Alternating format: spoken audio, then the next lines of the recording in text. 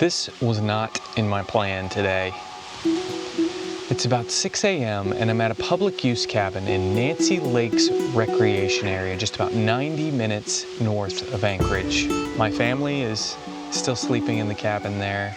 I've gotten up for just a little bit of morning sunrise photography, and the rain literally just began. I don't know if you can hear it, but it's raining pretty good. I'm under kind of a canopy of birch trees right now, and it seems like it's gonna be raining for a little bit. So my vision of sunrise photography may not have worked out so well.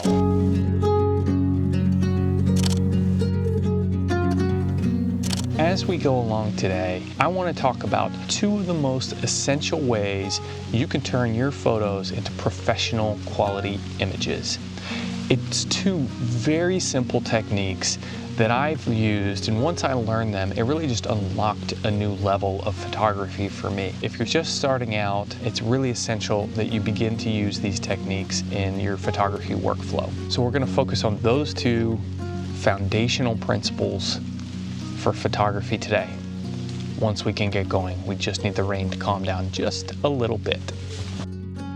And to be honest, I am exhausted. I slept pretty terrible in the cabin you see right behind me. It was warm in there all night long. We had a semi-epic fail with an air mattress. It was not a comfortable night's sleep. So I was quite looking forward to coming out for some landscape photography here this morning, potentially getting out on the water. There's a lake right below me, Rhein Lake. It's also worth mentioning that I forgot my rain jacket. That I feel like is an important fact. Imagine that, the weather can change. You can spend an entire day packing and still forget one of the most important things. Coffee sounds good. Let's think about coffee.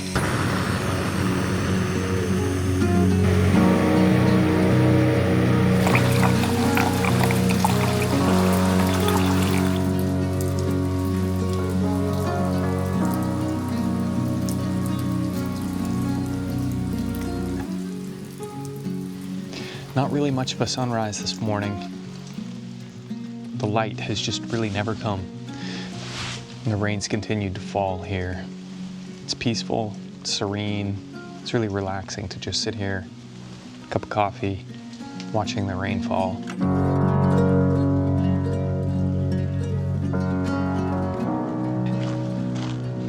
Well, we've had at least, it seems like, a break in the rain. So we're gonna go for it. We're gonna take a little walk down to the water, see if we can take the canoe out for a little paddle around the lake.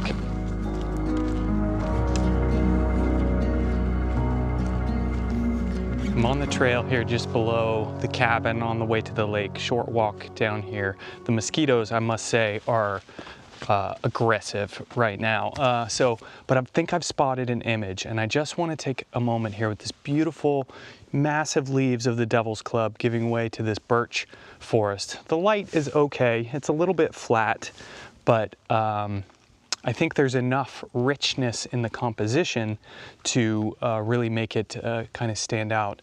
And one of the things, when you don't have the best lighting, the best thing to do is just work on composition, right? That's always something that needs to be a solid factor of a photo. You always need good composition.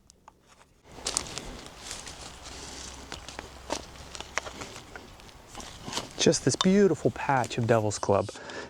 It's just so lush, so green. We've got a nice foreground. The range and depth of the image is nice. We've got this patch of Devil's Club giving way to this birch forest. So I think the composition is strong. Just want to make sure I'm making the most of it. I think this is going to look really nice. This is a good, just a lush image of this Devil's Club. ISO 400, f5.6, 1/15 of a second. Using a tripod, of course, and a 2-second timer. So let's go ahead and get this image now.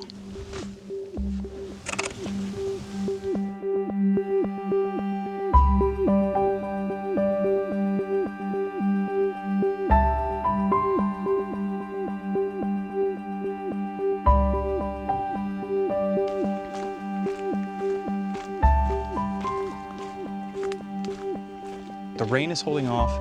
The water is glassy calm. Just gonna go out for a quick paddle and bring my camera handheld. It's a beautiful day. You really can't beat being outdoors in Alaska in the summertime on a day like today.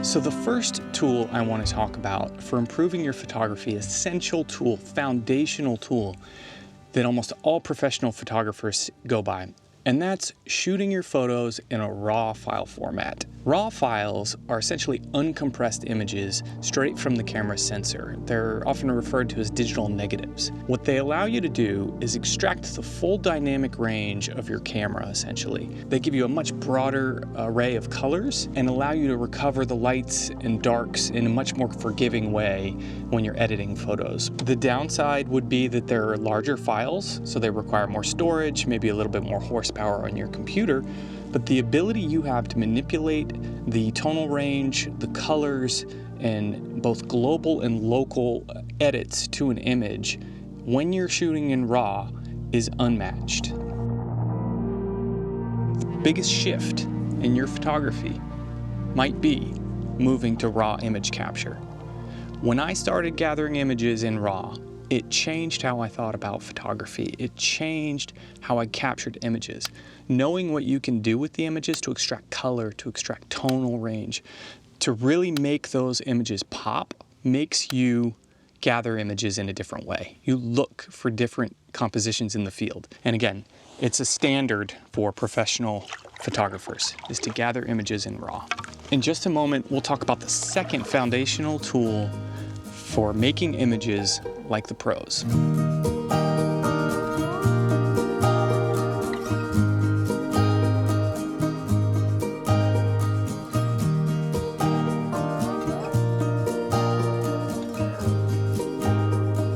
So there's this really nice crop of lily pads in the water. I want to try to get close enough to it to get a good, well-composed image without really disrupting the water. So I'm trying to navigate my canoe into the right area for these lily pads. So we might just get into position and then sit here for a moment. We're gonna back it up. Okay. Let's see if I can show you what I'm looking at. Just kind of popping out of the water, and the water is so painterly. It's just shimmering. I might just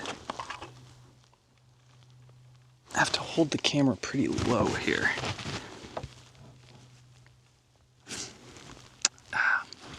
I'm not sure if that's working. Nope, not really working. Photography from a canoe is a different challenge. Not sure I was quite prepared for that.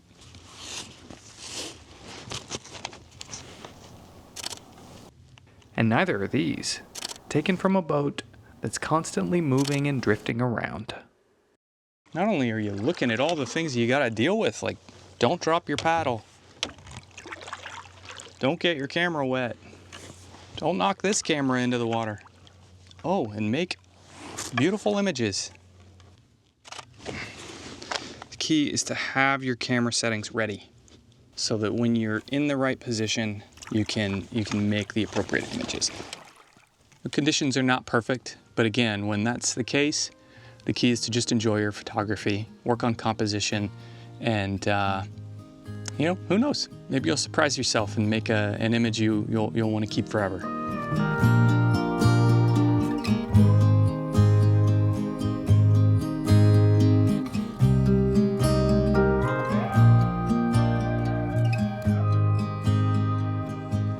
So the second fundamental tool to improving your photography and capturing pro-level images is to edit your photos. It sounds simple, right?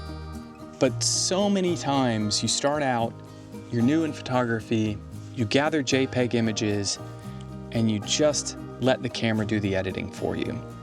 But when you capture in RAW and you bring your images into a photo editing software, your ability to make local and global edits to improve elements of your photography, to enhance the composition that you've created, not to alter or manipulate, but to enhance the fundamental nature of that image, is how pro photographers go from average to great images.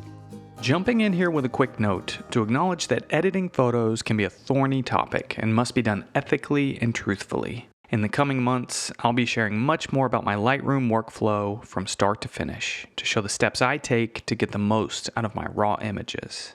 Capturing in RAW and editing your photos. Those two shifts make a huge difference for all of your photography. It really turns you into a creator and a maker of images in a new way, right? There's the being here and gathering photos, and then there's the making an image after you've already gathered it, right? Making it into what you want it to represent. And that is such an important part of this craft. So having a camera that captures in RAW and then using a software like Adobe Lightroom to edit your photos will make a world of difference in your photography.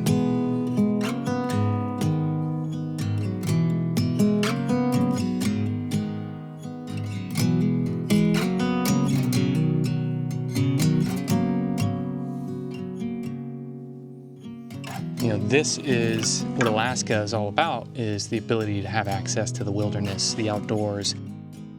In 90 minutes, you can be from downtown Anchorage to a place like this. There's no one else out here. I literally have this entire lake to myself. We've got a small cabin, public use cabin, no running water, no electricity. Just beautiful. Absolutely gorgeous day. I thought when I woke up and the rain was falling, I thought it was opportunity lost. But landscape photography is not quick. It often requires a lot of patience. There's just a really nice landscape opening up here. Beautiful painterly reflection. Mountains giving way in the distance. Clouds are a little flat, but there's some contour in them. It's like a Bob Ross painting out here. Happy trees, happy trees. I'm gonna try a panoramic here.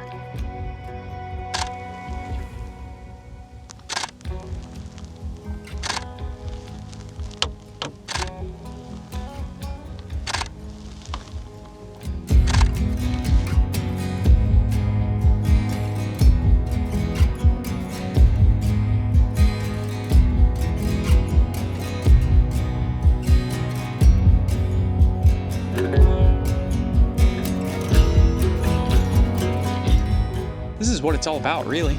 Just being outside, it's part of the process. It's the experience of being out here gathering these images. I'm really happy with the photography out here today. We're gonna check it out here later when the light changes.